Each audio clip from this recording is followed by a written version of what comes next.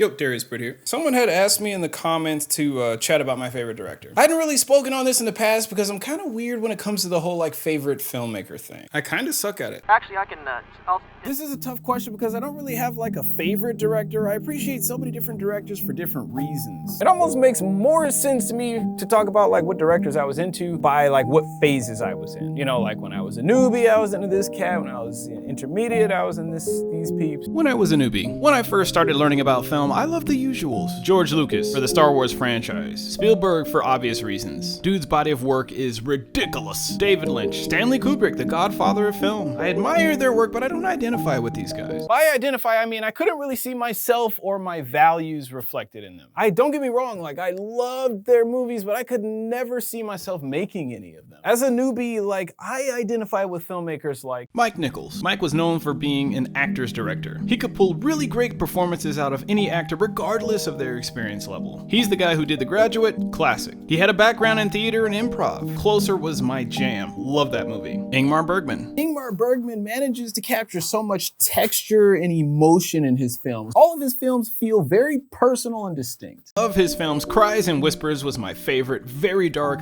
very powerful. Persona is up there. The Seventh Seal, studied in film schools everywhere. His film called Winter Light made an impact on me. He's famous for his use of the close-up. I never forget, he had this super long close-up of this actress in Winter Lights. I don't know how long it was exactly, but it felt like 10 minutes and it still worked. He just made some bold choices. Many of his films depicted the struggle with morality, loneliness, existential questions. Some of his films are almost like philosophical debates. Spike Lee. Then I got into Spike for obvious reasons, right? You know, he's another African American. There wasn't really too many of us doing it that big at that level at that time. So for me, Spike represented what's possible. I mean, there are definitely more now, but at the time when I started, not so much. Malcolm X, Inside Man, Bamboozled were all my jams. So many classics, too many to name. Spike Lee has a very distinct voice. You know when you're watching a Spike Lee film. I love that about his work. Chan-wook Park. I love some of Chan-wook Park's work. For those who aren't familiar, he's a Korean director. His earlier movies were just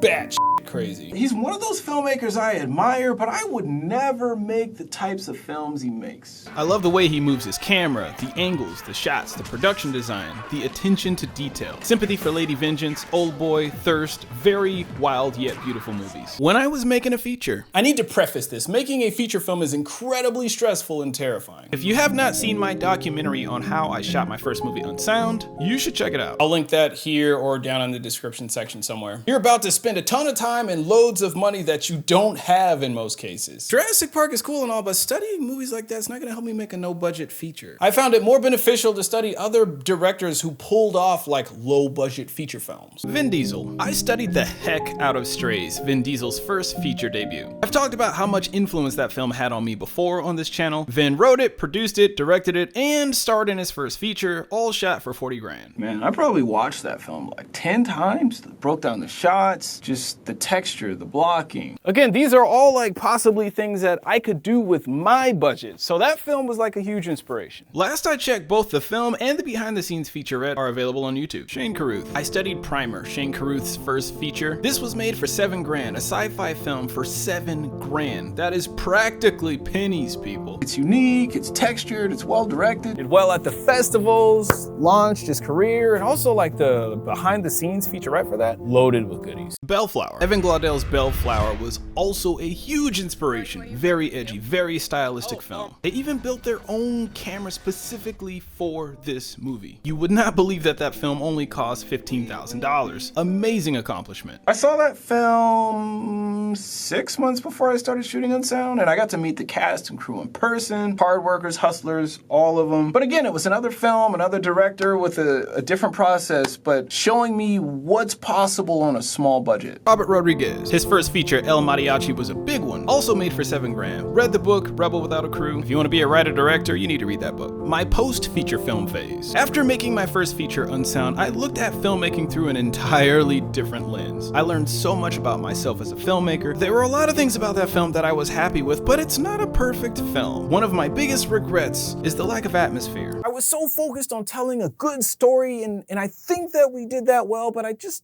don't feel like we quite reached that visceral level of filmmaking. You know, when a film has that almost hypnotic quality to it. Part of it's my budget, right? Like, I can only do so much with the budget I had. I get that, but still that's something I wanted to work on. And so I found myself being more attracted to lyrical directors at this time. Like, I wanted to study more lyrical directors. One of them was Nicholas Winding Refn. Drive is a prime example of a film that has a very visceral quality to it. Part of it's the music, part of it's the pacing. A number of things give it that quality. I also studied Wong Kar-wai films. Again, he's another lyrical director. His films aren't so much about what's happening, but how it makes you feel. Most of his films are meditations about love, but again, he has a visceral quality to his work. Wong Kar-wai has a very unique, fluid production process. He has a bare bones idea of a story. He kind of shoots his stuff like a documentary, and they just kind of keep shooting till they find it. They use lots of improv. At some point, he figures out, I have enough to make the film, and they stop shooting, and then he cuts it, and then they make the film. I love me some Barry Jenkins. Moonlight's another film that has that hypnotic, visceral quality in my opinion. I was just blown away by that film. I knew about Barry Jenkins before Moonlight, way back when he did Medicine for Melancholy. Barry has also stated that he was heavily influenced by Wong Kar-wai. And funny enough, after making a no-budget feature, it's made me an even bigger fan of the Mumblecore genre. In a nutshell, the Mumblecore movement was basically a bunch of filmmakers in the early 2000s. They made these crazy no-budget, dialogue-heavy movies at around the same time, and it became a thing. Most of these movies use a lot of improv. Some of them are scripted, not much of a plot. Some of the directors associated with this genre are the Duplass brothers, Aaron Katz, Andrew Bujalski, Lynn Shelton, Greta Gerwig, Joe Swanberg, Barry Jenkins. The two biggest things that drew me into this genre are great performances from actors with little to no experience and producing films for little to no money. I kind of got burned out with the whole classical Hollywood model of filmmaking. The whole get the crew, find money thing. It's a pain because on the low budget thing, you end up wearing like 20 million hats. It's incredibly exhausting.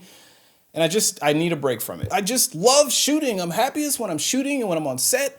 And I hate fundraising. I hate looking for money. These Mumblecore guys and gals got to make the films they wanted to make whenever they wanted to make them for next to nothing. And yes, there are limitations, but still they were able to just make stuff and keep shooting and keep growing and keep improving without having to worry about the money part.